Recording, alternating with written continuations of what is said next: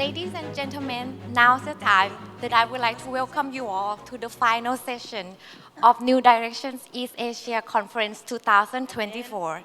One of the main themes of our conference has been about the opportunities and challenges of using artificial intelligence and in language learning and assessment. So it is appropriate that our final panel is entitled Policymakers, Practitioners, the Impact of AI on Learning and Assessment.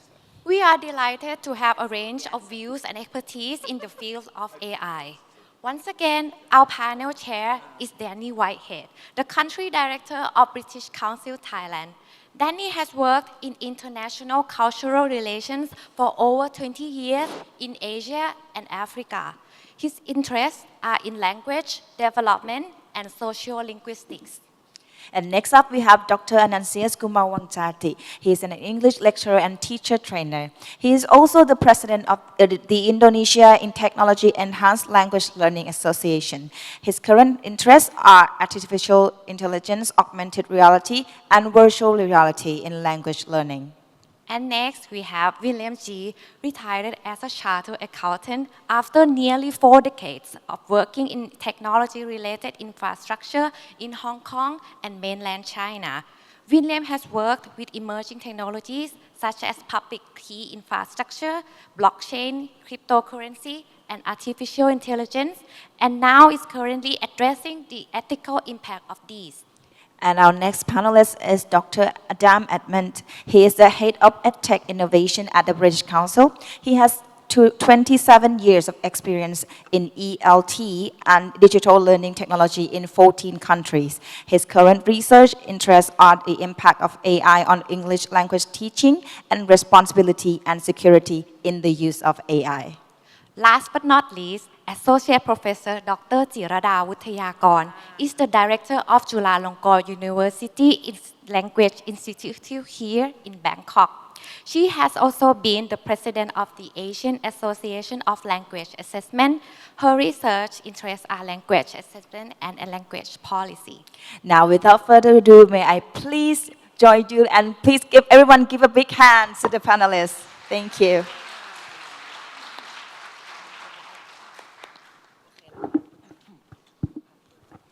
Thank you very much. It's wonderful to see so many people here at the end of this incredible conference. Thank you all very much. I think it's testament to how impressive and how successful the conference has been that you're all still here.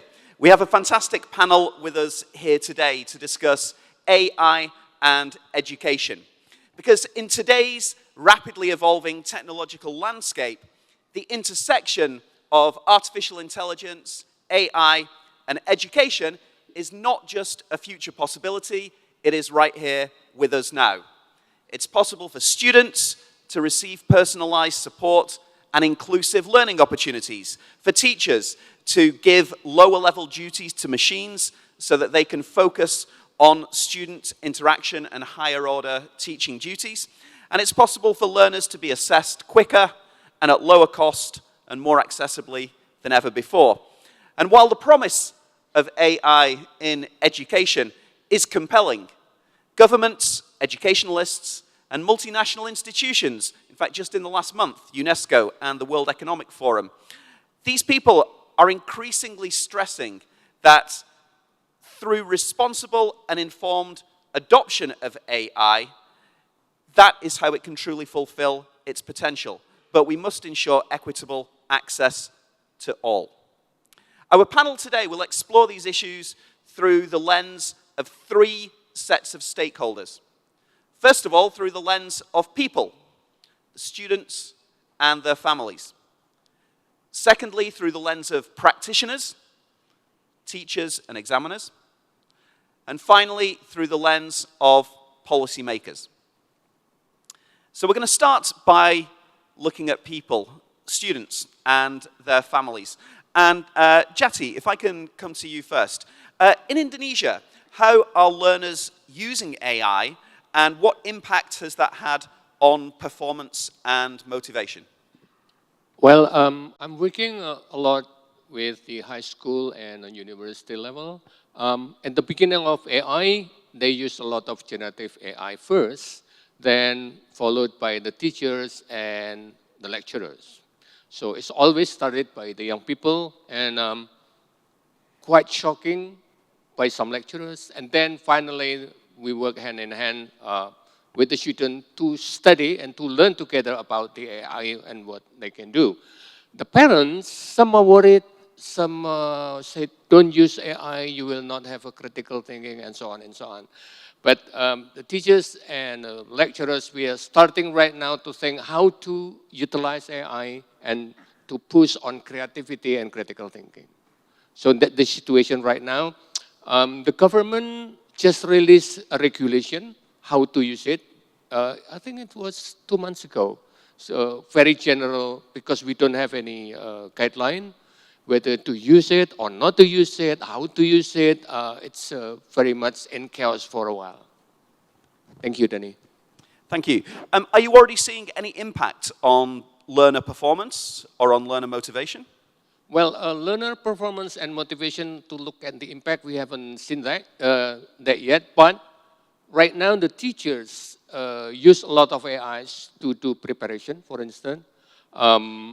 There are a lot of apps around to make a lesson plan, create activities more interactive. So the engagement increased, that's what the teachers told me, and the motivation increased. But increasing the impact and the score, we haven't really got a proof on that. Yeah.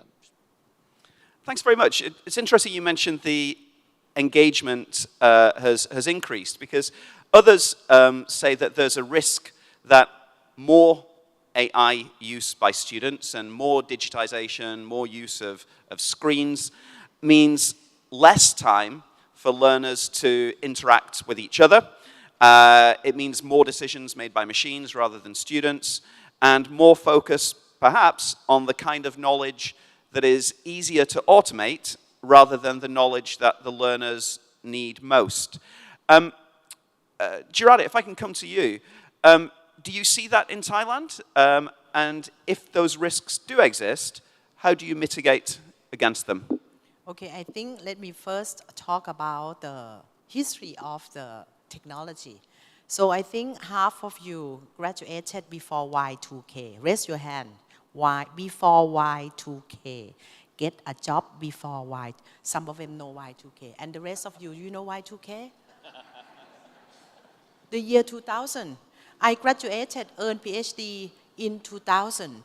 And then on that day, many people believe that, we will lose everything. The computer will die, and then the internet will die in 2000. And before that, in 1998, I went to one conference somewhere I think in Canada. And at that time, we have the discussion about the computer and the technology, and whether or not the computer will replace the teachers. Right? And why we are so worried about the AI is the variation of the technology, and what is your question? See? What is Y2K? No. The question... Okay, so you are Y2K. The question was, the critics of, the people who are more pessimistic about students using AI say that it will replace student-student interaction, or that it might push students to learn knowledge which is just easier to digitize rather than knowledge which they need themselves. Okay, now, that's why I know I use the Y2K analogy. The same answer, the students still need the interaction, human interaction, right? Yesterday, I disappeared for 1 or 2 hours with some of my team. The student came here because they were not happy about the grade, They still need human interaction, and we say to them that you will be okay.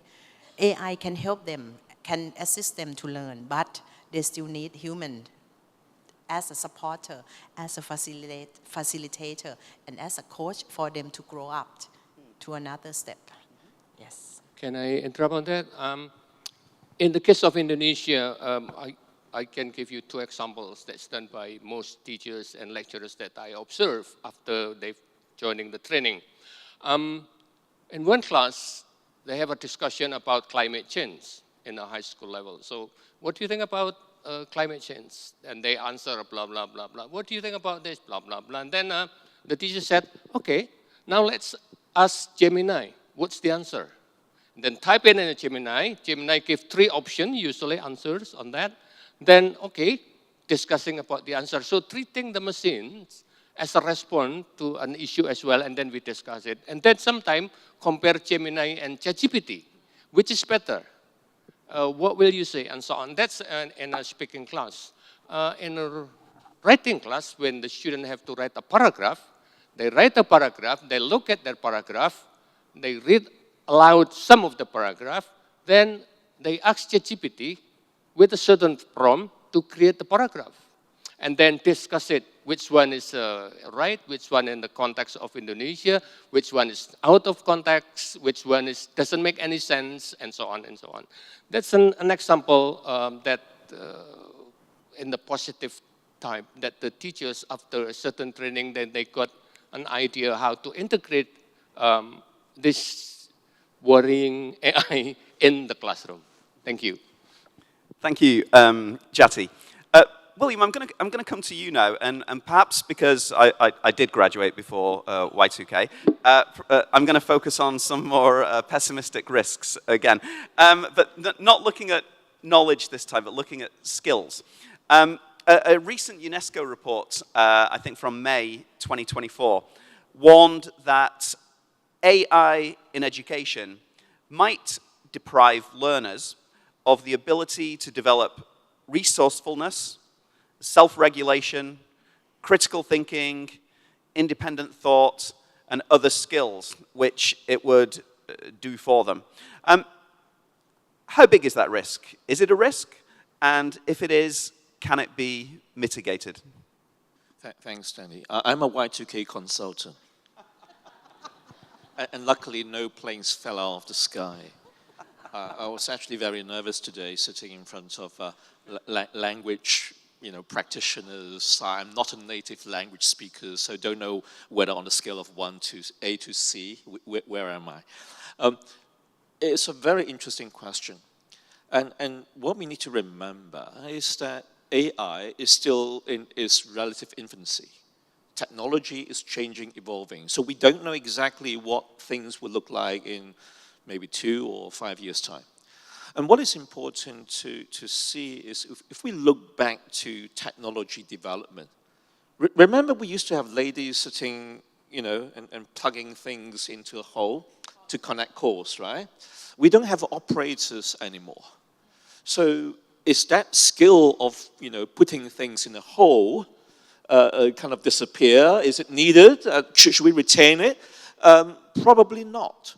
And as I was watching a video some time ago about digital artists, and this lady was doing virtual art. And what in the clip, she wear one of these 3D goggles, and then using her fingers, and there's a virtual kind of paint palette, and she can do this, and it's just amazing. If you are looking at it in 2D, it's just lines and squiggles. If you then turn the whole thing around and look at it in 3D, it was a lady's head, it was something, a building, an animal, a beast. So with technology, people use it, adapt it, and evolve. So skills evolve. I think what's important to kind of be aware of is that students today, whether you like it or not, are exposed to AI. They use their computer on their Excel or whatever, you have that AI function. Your mobile, I used to remember my mum's phone number, but now it's Siri, call mum, and it does the job for me. So things change. And what is important is to understand that change because their parents know nothing about AI. We're not exposed to AI. The teachers also may not be trained in technology. And that is where the challenge is, because you are now missing something along the way. So it's important to educate the younger generation, to make them more aware of the capability of the tool, the limitation of the tool. And we talk about AI in very abstract terms, but AI itself is it's a combination of many, many sub-disciplines. And so we call it AI, but the practitioners will say, this is computer vision, this is that, and so on. So getting that level of understanding and making sure the younger generation who are exposed to AI in their day-to-day lives are aware of what this thing can do and can't, it will hopefully ease the risk. Thank you. William, it's interesting. Can I just say something? Sorry. Yeah. Go. So we've conducted research, the British Council conducted a research. I don't know if anyone's seen the report, AI in ELT. Yes, a few nodding heads. Oh, waving hands as well. So this was first of its kind in that it looked at AI use across like a long period, so it's sort of 10 years or so. And that was all the ways it was used and across all different levels, like primary, secondary, higher education and adult as well. So it looked at all use of AI. And something that we found in terms of pedagogies, which is the thing you're talking about, self-reliance, is that initially AI in ELT, the pedagogies were very outdated. They were just kind of sort of talking heads, kind of basic questions. But more recently, there has been a turn to AI that's used to develop self-reliance. So I think that talks to that question there. I think also there is a kind of fear, though, that the kind of drive towards personalized learning is there a risk? I don't know, there needs to be more research on this, but is there a risk that that kind of encourages a more passive learner because you're being fed the stuff rather than you working out what the problem is? Thanks very much, Adam. And if you could keep the microphone for a second. William mentioned age as a demographic protected characteristic which separates people's skills on and knowledge of AI. But there's also, I think, issues around resourcing. For students in Bangkok, for example, or in Seoul, or in Hong Kong, or Singapore, or Beijing, they have access to incredible technology and great resources. You compare that to learners in, using Thailand as an example, learners in Yala, or Narathiwat, or Isan, that have far fewer resources. Adam, is there a risk that we forget that equity needs to be at the forefront of these considerations? I mean, how do you think AI will impact the digital divide and other areas of inclusion, such as accessibility? Okay, big question, quite long.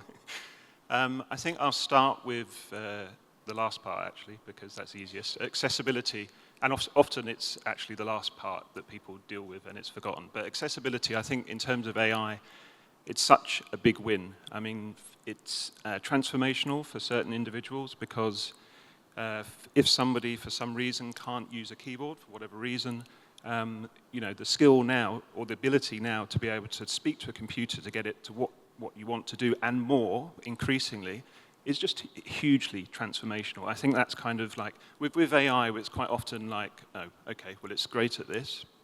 Oh, but it does that as well. There's quite often the sort of two sides to the thing, but I think with accessibility, it's just a fantastic thing.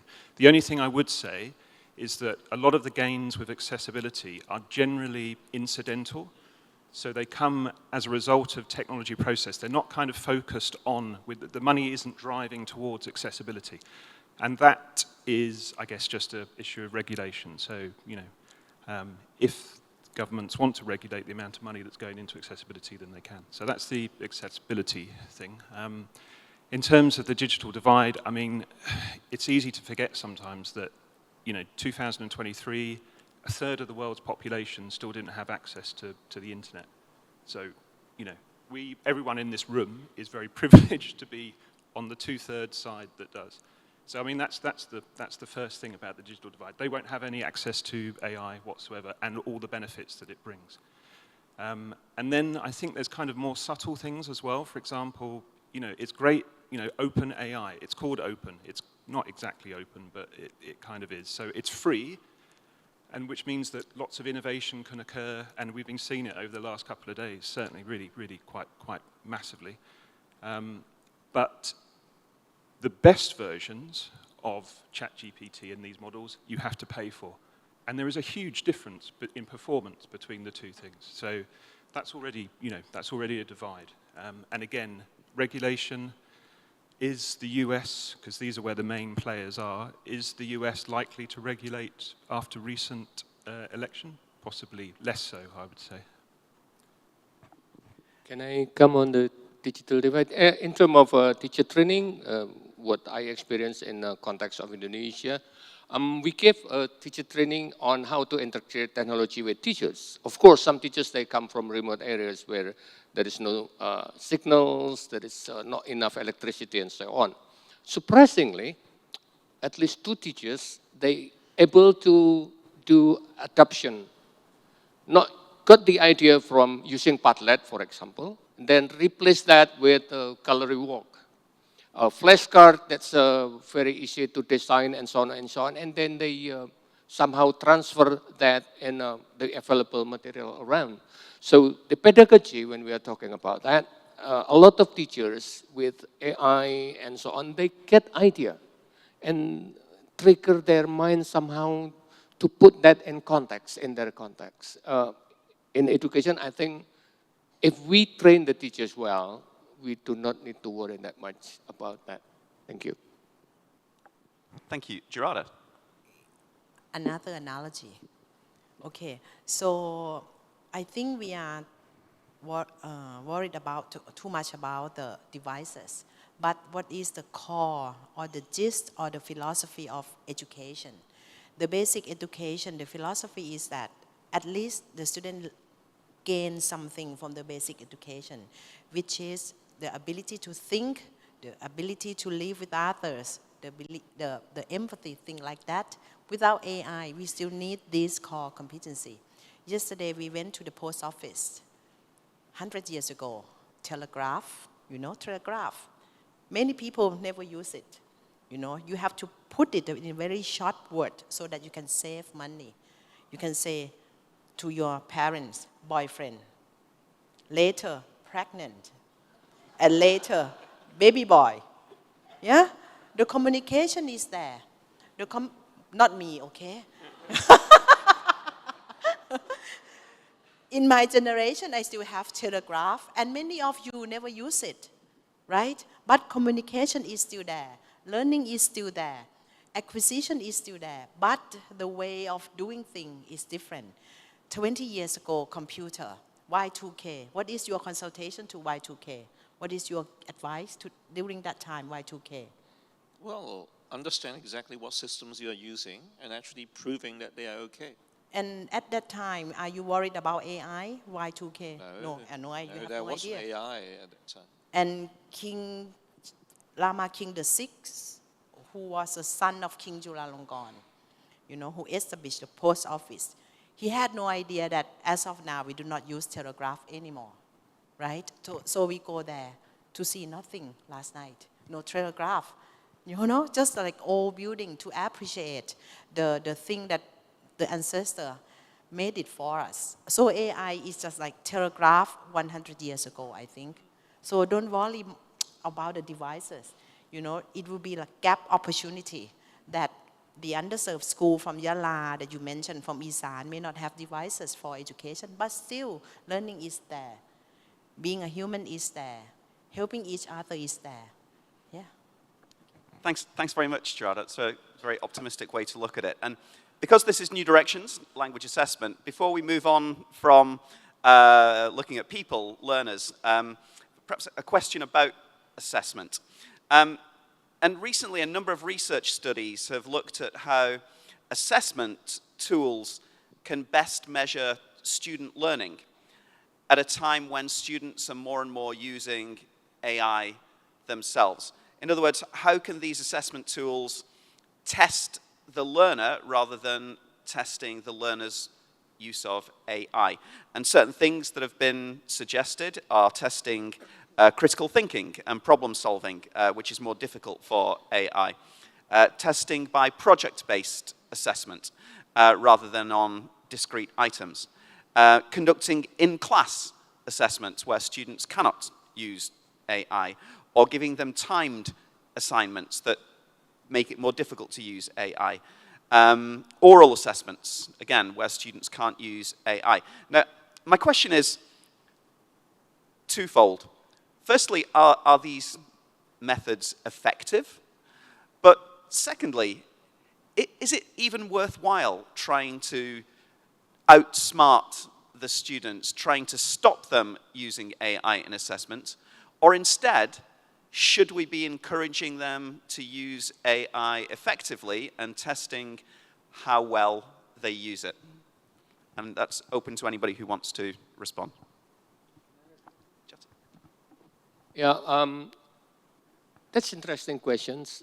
When we look at it like assessment for learning, not just the test, along the way, I think AI can be a very good to involve in the process of assessing the students. That will be cheaper, quicker, they can assess themselves and reporting and so on.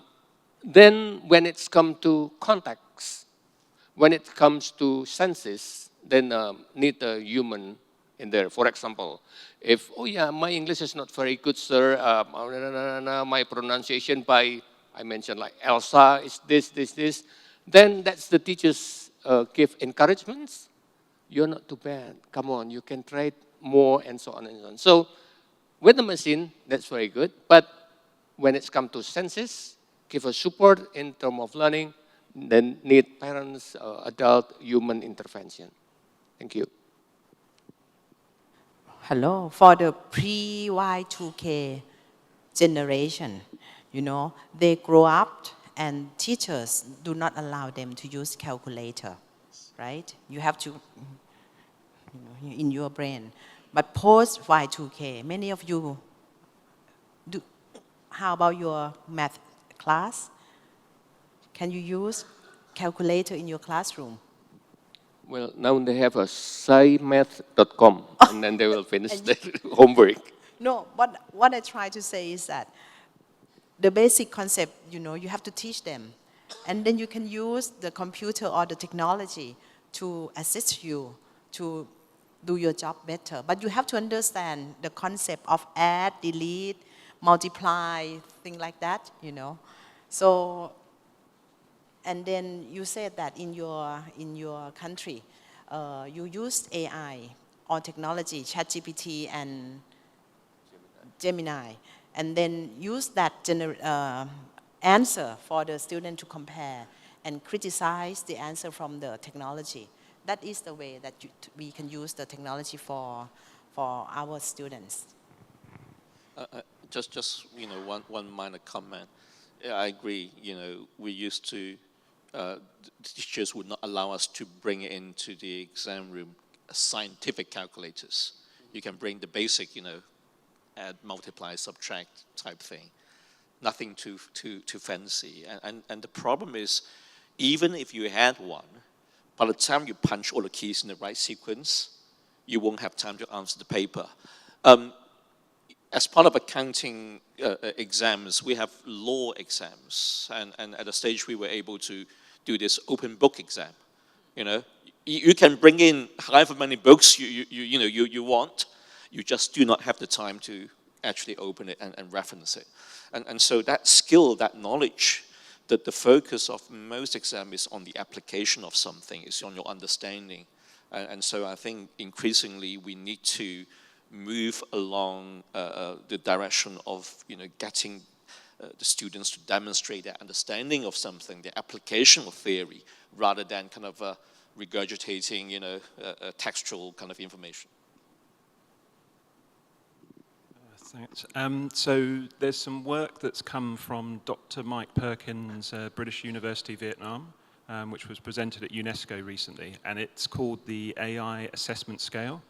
And won't be able to describe it perfectly now, but basically it's being explicit about when AI is used in work, so in students' work. So it starts from 1, which is no AI, that's red, and then right down to 5, which is green, obviously, and that's full AI.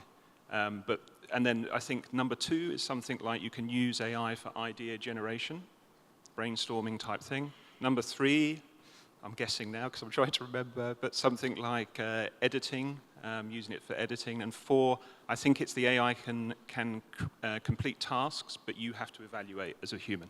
So if you're explicit about this, this gets rid of all of the kind of plagiarism problems, and I don't think you're going to be able to solve those, as you say. There will always be a way round. And then there's also the kind of thing that's happening now, which is the negative, what's the word? Negative confirmation, when people haven't been using AI, but they're being accused of it, which is obviously a really bad place to be. Thanks very much, Adam. We've all of you have already talked quite a bit about what teachers are doing and teachers using AI. So moving on to practitioners, but taking a slightly different focus. William, I'm going to come to you. We've talked about digital divide and the necessity of upskilling teachers, training teachers. But how should that training on AI and other technologies, how should it be funded? And does the private sector have a role to play, or should it rest with governments? That is also a very tricky question. I was involved in a project in Hong Kong and trying to bring AI into primary and secondary schools. And the challenge we have is we visited many schools. Today they all have a STEM or STEAM lab. And there are a lot of, technology kits there, and robots, the students build things. And you suddenly realize AI doesn't fit into any of these.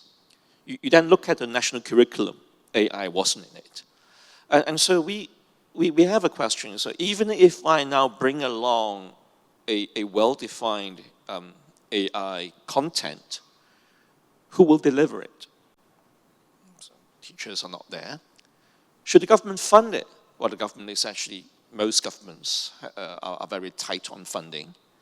What about innovation funding? Well, it doesn't work because the criteria weren't, geared towards the education sector.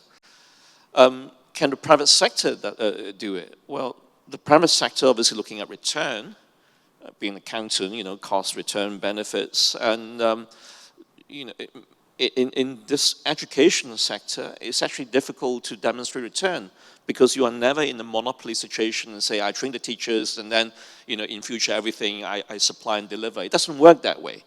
So we end up in a very tricky situation to try and see, to determine who will pay for the upskilling of teacher. And I think to some extent it has to be a collaboration between governments and private sectors and also schools to get that initial kind of a basic understanding of the technology. So what my project was trying to do was to say to the schools, let's give some free training to the teachers, because startups, do have some fundings, in various forms. So giving the teachers, a few hours so that they actually understand, what they want to take on and what to deliver to their classes, to their students in their school. And it's going to be an iterative process. Obviously, we are looking to the government for support, but that requires a lot of discussions and the diversion of funding at a policy level, to these kind of upskilling exercise.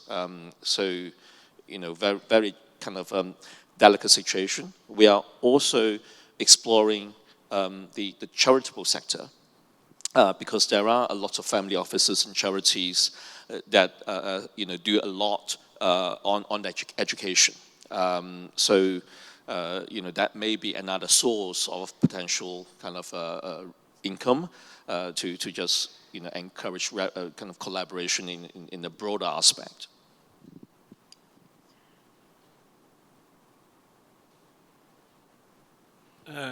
It's kind of slightly adjacent, but it's about, our track record with teachers and digital literacy is to be honest, poor. So I just think I don't know, we need to do something new for AI. It's even more important than digital literacies, we think. So yeah, so it's just a comment on that, really. What we've done before hasn't really worked, so what can we do? Cannot say anything on that. Okay. So we're going to have one more question on practitioners, and then a couple of questions on policy, then we'll open up to the floor. So on teachers, again, going back to the UNESCO report from earlier this year, the UNESCO report said, and I quote, human interaction between teachers and learners must remain at the core of education. Teachers cannot be displaced by machines. Open question, must human interaction remain at the core of education? And can teachers be replaced by machines? Okay, Danny, I will open the school, okay? Mathematics class with the AI. What is that? What is the application? The mathematic.com, the Scimath.com. scimath.com. And then you put your kids into that class. And the other one, what should be the application?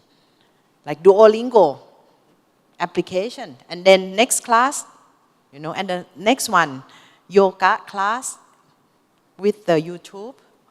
Would you put your kids into that school? Thank you. No. Yeah, Right? and in my situations, usually I encourage that, okay, you can talk to the machine. After that, talk to your friend and talk to your professors. You don't trust the machines. My big question to everyone here, actually, it's, do you think AI or generative AI understand human language? Like the way we do understand language? If not, why we listen too much and rely and worry and so on about this that's produced by ChatGPT or Gemini? Do you think ChatGPT understand what they produce? Okay, one more example. I asked my student to use the website, and then you can write your essay, and then the website will analyze your CFR level, A2. And then they will highlight, you know, some errors and suggestion. And the student revise the essay, again, submit it A2 with the highlight and everything. Submit it again, A2, you know. So later on, the student came to see the teacher and asked why it's at A2 for 3 times. But when you look at the essay, you will see that there is no content development. Why do you like Thai food? Oh, Thai food is very good, you know. Because Thai food is very good. That's why I like Thai food. Okay, A2. Again, then you have to paraphrase and move things around. In Thailand, everyone loves Thai food. You know Thai food is very delicious. That's why everyone likes Thai food. A2. Okay, what is the next thing that you have to do? Synonym. Move things around. Make it negative or positive sentence. You have the strategy to paraphrase your idea. But when you come to see the teacher, what is the problem of this particular ways of answer?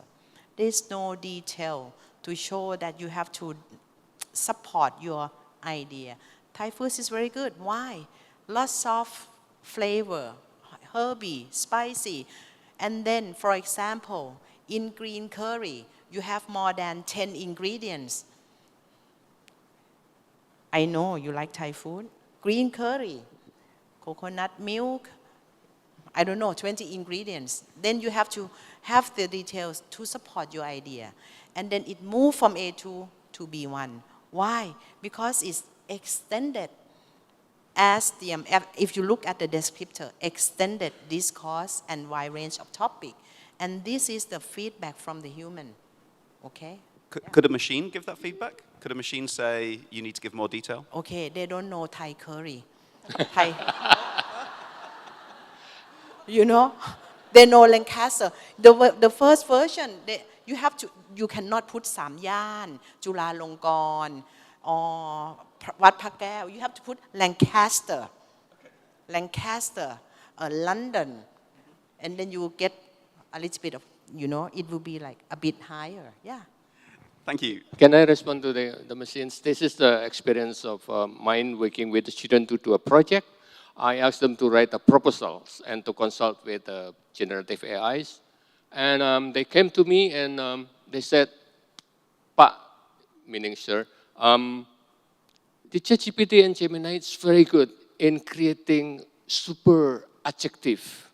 But then I cannot implement that in the project because they promise too high. A lot of adjectives, and then I have to revise it. You know, so again, is it really helpful or not? Then there's need the human to decide to put that in a context. Even the students, they recognize the adjective. I was not that aware about the adjective that they produce, but it's come from the students. Thank you. And just a quick comment.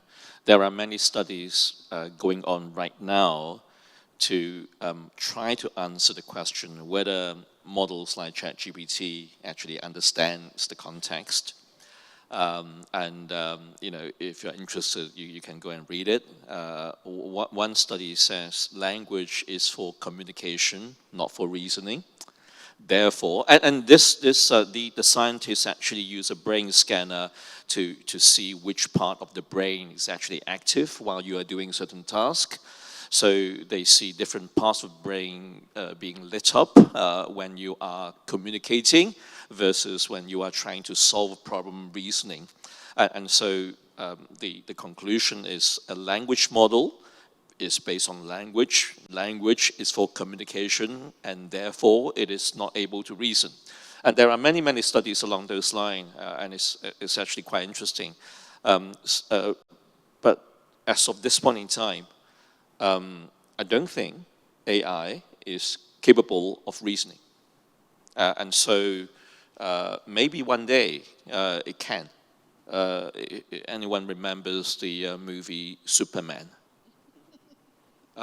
Where Superman was talking to a hologram of his father and asking, you know, Father, why certain things happen?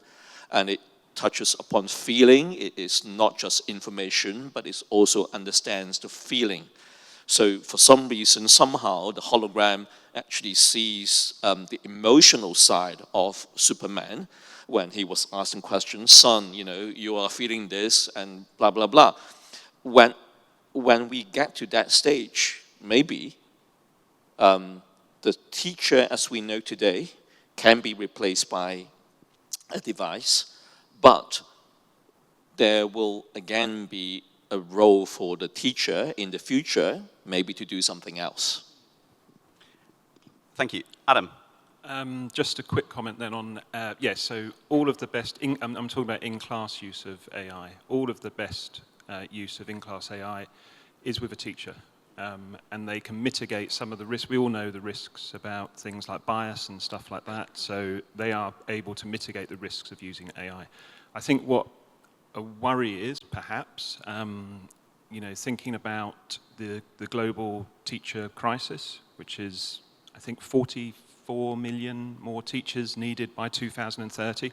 Not so much in Southeast Asia, but more Sub-Saharan Africa and South Asia. So these are classrooms without teachers, and so, you know, you can be sure that edtech companies will be trying to fill that void. And, you know, so in developed systems, you have the best scenario, which is teacher plus AI, and then in less resourced, you may just have, you know, an impoverished sort of just AI. Thanks very much. I think I'm remembering the conference, Gerardo, that we were at in January when we were talking about this subject. So I think one of the comments that you gave really stuck with me, that I think you said that teachers will not be replaced by AI, but teachers who can use AI will replace teachers who cannot use AI as a look at how we're using the classroom. We're going to have a couple of questions on policy, then we're going to open up to the floor. So thinking of policy, William, how do you think policymakers should balance the technological benefits against the potential risks, such as bias, in AI? It's a very tricky question to answer. The the key, the important aspect is actually, I believe, on one aspect, which is understanding what AI is and understanding the limitation of the technology. That's first and foremost. I don't think today many policymakers has that comprehensive understanding of the technology. In the technology world, we have a saying, particularly when it comes to emerging tech, new things, we typically say, this is a solution waiting for a problem. And the technology vendors will tell you this is great, these are all the benefits, and it can be applied in these use cases or these use scenarios without actually defining why you need it. In one of the plenary session this morning, the why, knowing the why, will get you the how and what. And so I think it's important to get that understanding. Once the policymaker have that impartial understanding, i.e. not just listening to the technology vendors, then they can actually work alongside the stakeholders to define the why do I need it, the purpose and the objectives. Once you do that, you can then move on to working with the right technology and kind of, by then you are much better able to kind of mitigate the potential risk. But that's one final thing. You have to understand the impact of speed on everything. Things move just too fast today. And so one risk that nobody wants to bear is the risk of you working on an AI project. 2 weeks later, a more robust technology comes up, making your project redundant. That risk is very real. Policymakers don't like that at all, because to them it's perceived as money wasted. So the education profession, the accounting profession is the same, very conservative and traditional. We say, yeah, do a feasibility analysis, do some pilot studies. I want to see your report. By the time you finish with that, technology has changed, and you are back to square one. Thank you. Gerarda. Yes, I think we should have codes of conducts and codes of ethics and guidelines for practices like UTA, International Language of Testing Assessment. Assessment is not new for us, it's like 100 years ago things, but we just came up with a code of ethics and guideline for practices recently, right? But in order to do that, we need to have a very good code of ethics and guideline for practices, how to use AI and everything, yeah. Thank you. Jati, I saw you scribbling furiously. Well, I'm not in the position of a policymaker, but I'm looking at more in education. When you teach English, you are not just teaching the language. You're teaching how people make a rational reasoning, educating behavior, and things like that. So with the development of AI, what's still needed, I think it's a room for thinking, a room for creativity, and the language, the drilling, and so on can be replaced by AI. So if there is an rules or regulation, hopefully the room for thinking, the room for reasonings should be in the classroom. Yeah, thank you. Thank you, Jati. Adam, I'm going to come to you last just to comment on this, and perhaps to add to the question, what role can academics, researchers, conferences like this, organizations like the British Council, universities, what role can we play in supporting policy development? Yeah, well, I think obviously this is great in terms of exchange of knowledge and ideas and enthusiasm and all of that type of thing. Yes, absolutely. And then I think there is a lack of research. So when we did the systematic review looking back 10 years, there was, well, in fact, Asia was leading the way. So it's great to be here in Asia. There was over 2/3 of research in AI, in ELT, was coming out of Asia, predominantly China. And then when you looked at the kind of age level, most of the research, or a majority of it, was in higher education. So you can see there that there are huge gaps. So basically, you could say that a lot of the research is based in China and in higher education, which is one very specific context. So once we've identified these gaps, we need to look at, because obviously, adult learners of English is a much bigger group. So yeah, more research, and I guess, being able to communicate that to policymakers so that they can actually do something with it. Thank you all very much. We've got about 15 minutes left, 20 minutes. So I think at this point I'd like to open it up to the floor for your questions. If you have any questions about people, practitioners, policy, or indeed about Thai green curry, or what life was like in the dark ages before Y2K. Any questions?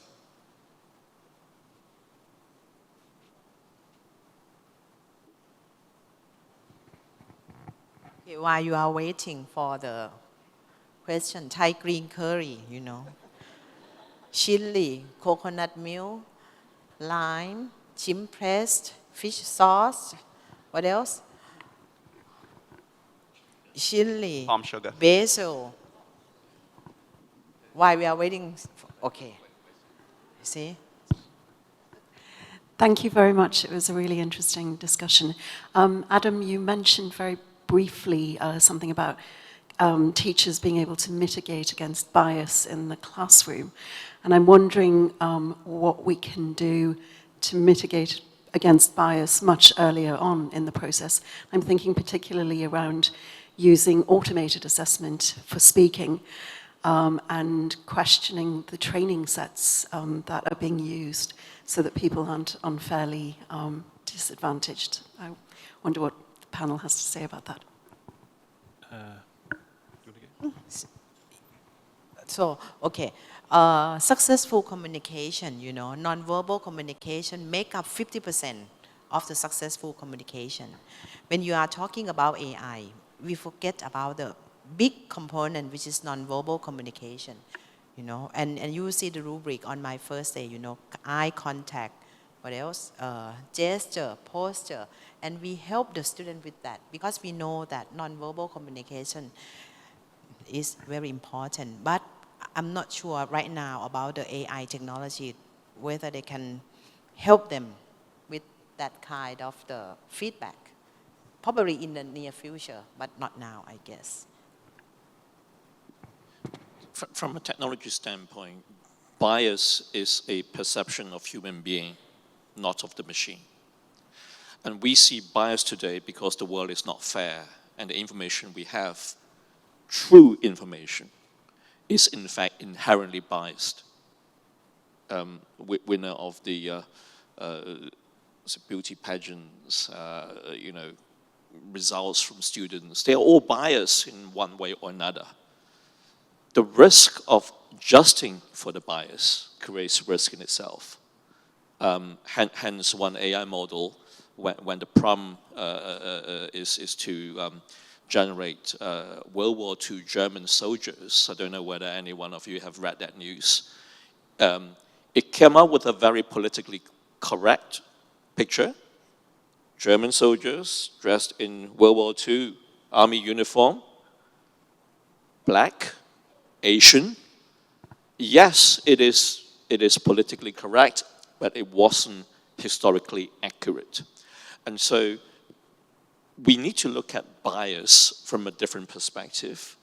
It may not effectively exist. What we need to aim at is what we are trying to get out of it, what we're trying to get that model to do, knowing that whatever data we pass to the model to train it, that data is biased. So you need to take that away. That is actually very tricky and delicate tasks, but it's also very interesting if you get it to work. May I? Yeah, from the classroom practice for bias, when I discuss about Ukraine war with my students, and the discussion is very hot from Indonesian perspective, then when I ask, or we asked Gemini, then got a different answer. And then we start talking why this, Gemini is going to school in North America, the data might be taken from there. So we did a lot of discussions because of the bias. I think the bias can be a good point to discuss for higher level. Then they become a critical thinker of what they read and what they hear. So in my perspective, in this context, no need to worry about bias. Let's talk about it. Thank you. Yeah, I think bias. I was listening to a podcast a couple of days ago that just said basically. I mean, there's the common crawl, which was when no one asked us, when the internet was scraped basically to create the large language models. So the bias is within that because it was mainly Western centric. So in this podcast, they're saying, you know, I think the phrase was, "There's not enough in there." And that basically we need to find other sources of data, you know, marginalized languages and all of this kind of thing, and it to be in there. And even not just internet, they were talking about in a kind of way I didn't really understand, but nature. Nature needs to be in there as well. But having said that, you know, I think there's a tension between the more we give, the less our kind of, you know, privacy and security and that type of thing. So do we want AI to get much better, less biased? But are we prepared to give more of our data? Hello, bias is the feeling that we have, the attitude towards something, bad or not bad. And the bias is a signal that, it's a sign that we are human, you know. When we take a test, for example, one test you have to take face-to-face interview with human because you believe that this is a real, authentic conversation. And another test that said that you have to talk to the computer. There's no bias. The computer will detect your voice, your pronunciation, your topic development, your delivery, and your language use, and give the score. But another test requires human interaction. So what does it mean? Which one is biased? Which one is not biased? So if you believe that this is bias, it's a signal that you are a human being, no problem. And bias is contextualized. In my culture, probably it's not bias, but in another culture, probably not, you know, depends. Yes, Yeah. and, you know, when I was interviewing, you know, every year, the candidate walked in, and within 2 seconds, you know, you say, I don't like the look of him or her, right? That's bias. That's bias. You cannot get away with bias. So that's life. And I think we have to take that to the technology world and somehow find a way to work with it. Thank you very much. If there's no more questions, I'm going to pass the floor to Adam to give us a quick update on some research. Oh, I forgot about this actually, sorry. So yeah, no, it's not research. It's a world exclusive for New Directions. This is the first time that's been seen. It's been launched, well, now, basically. So it's a AI activities and resource for English language teachers, and it's on the British Council English teaching website. Teaching English website, sorry. So that's it, really. It's just have a look at that. And it's I think, 43 activities across 10 types of areas that English language teachers could use AI. And it kind of ties back into the British Council's CPD framework as well. And I think there's a kind of, these are activities that you can use with your students, but there's also a CPD element to it, because as a teacher, as you try to do these activities, you're learning as well. And I think that's kind of one of the first things that teachers can do with AI is just download the app and use, they say, just use it for 6 hours and you'll be already, you know, aware ahead. And if just The report, which I referenced earlier, is that one there. Thank you very much, Adam. That brings us right on time to the end of today's session. Can I say a huge thank you to our 4 panelists, to Gerarda, Jati, Adam, and William. Thank you very much.